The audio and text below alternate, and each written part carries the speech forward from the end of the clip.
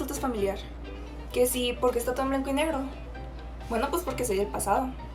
Pero eso lo podemos arreglar. Mucho mejor, ¿no? Pero ¿qué pasa con mis modales? Déjame presentarme. Mi nombre es José de la Cruz Díaz Mori, mejor conocido como Porfirio Díaz. Y el día de hoy te contaré mi historia. ¿Qué sí? ¿Por qué mi historia es tan importante? Bueno, pues porque llegué a ser militar mexicano, y no solo eso. Fui presidente por 7 cargos consecutivos. O sea, muy poca gente logra eso. Además de que duré 31 años seguidos en el poder. Este de aquí soy yo, y goberné por un periodo llamado el Porfiriato. De seguro ya has oído hablar de él, pero el día de hoy te hablaremos a detalle sobre mi historia. Bueno, pero hay que comenzar por el principio.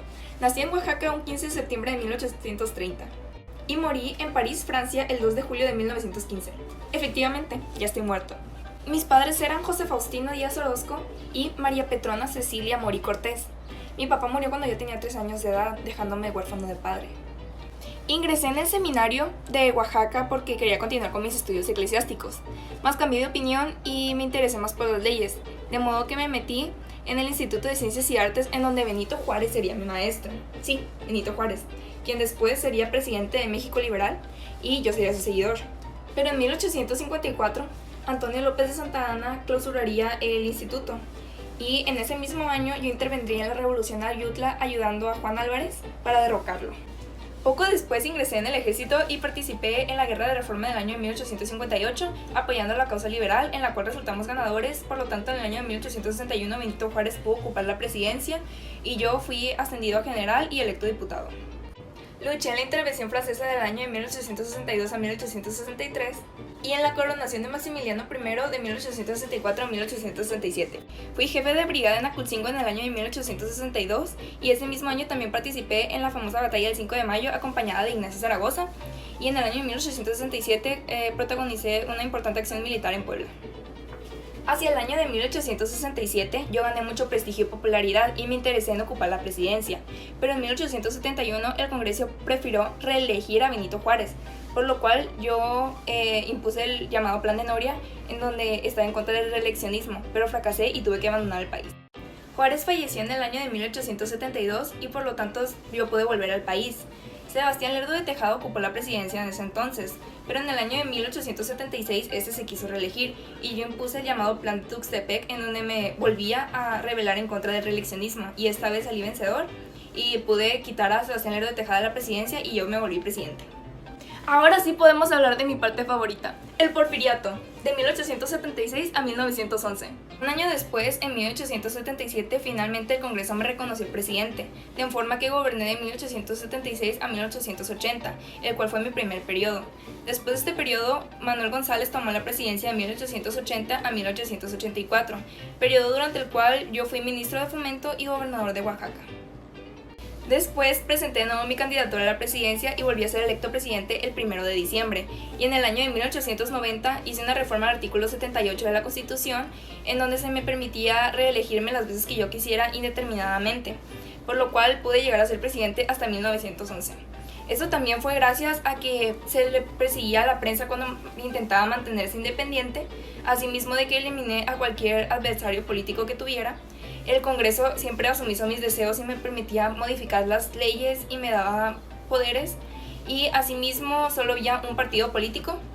En estos momentos mi querido pueblo mexicano se encontraba en muchas crisis, pues es cierto que había mucho desorden y muchas guerras, por lo tanto yo me propuse imponer paz a toda costa. Es cierto, goberné con una política de mano muy dura y bajo el lema de poca política y mucha administración, pero gracias a esto fue que pude imponer una estabilidad en la sociedad y varias naciones extranjeras se interesaron en invertir en México, por lo cual se alcanzó un desarrollo económico. Aunque es cierto que no toda la sociedad gozaba de este privilegio, pues solo era para muy poca parte de la población y la mayor parte vivía en la miseria y en la pobreza. Cada vez fue más difícil mantener el orden, pues en los últimos años del Porfiriato reinaba un ambiente de represión, en el que la fuerza de las armas se utilizaba con una violencia creciente. Prueba de ello es la torpeza con la que se negociaron y la rudeza con la que se reprimieron las huelgas de Cananea en 1906 en Sonora y de Río Bravo en 1907 en Veracruz. Asimismo, se perseguían a aquellos periodistas que criticaban al régimen y a aquellos que no ofrecieran una opinión que no fuera la oficial. cabe señalar que no todo en mi gobierno fue malo, pues también se dio un impresionante avance en la economía como nunca antes se había visto.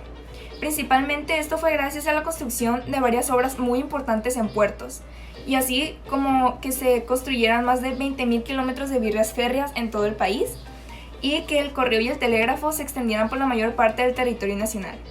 Asimismo, se fundaron nuevos bancos, se organizaron las finanzas del gobierno y se regularizaron el cobro de impuestos, y gracias a esto fue que fue posible cobrar varias deudas que el país ya tenía. Asimismo, hubo un importante avance en varias industrias, como es la industria petrolera, que aunque no se pudieron instalar refinerías, pues no se contaban con los recursos suficientes si se exportaba a otros países. Asimismo, también se dio un desarrollo en la agricultura, en la ganadería, en la industria textil y en la minería. Mi ejército, el cual había mantenido la paz durante décadas, parecía muy fuerte, pero la realidad es que era débil ante el descontento general. Solo bastaron 6 meses para que el ejército maderista pudiera vencerme. Como acción principal fue la toma de la ciudad Juárez por Pancho Villa y Pascual Orozco, los cuales acompañaron a Madero. Después, en esa misma ciudad, en mayo, en el año de 1911, sería que se firmaría la paz entre Madero y yo.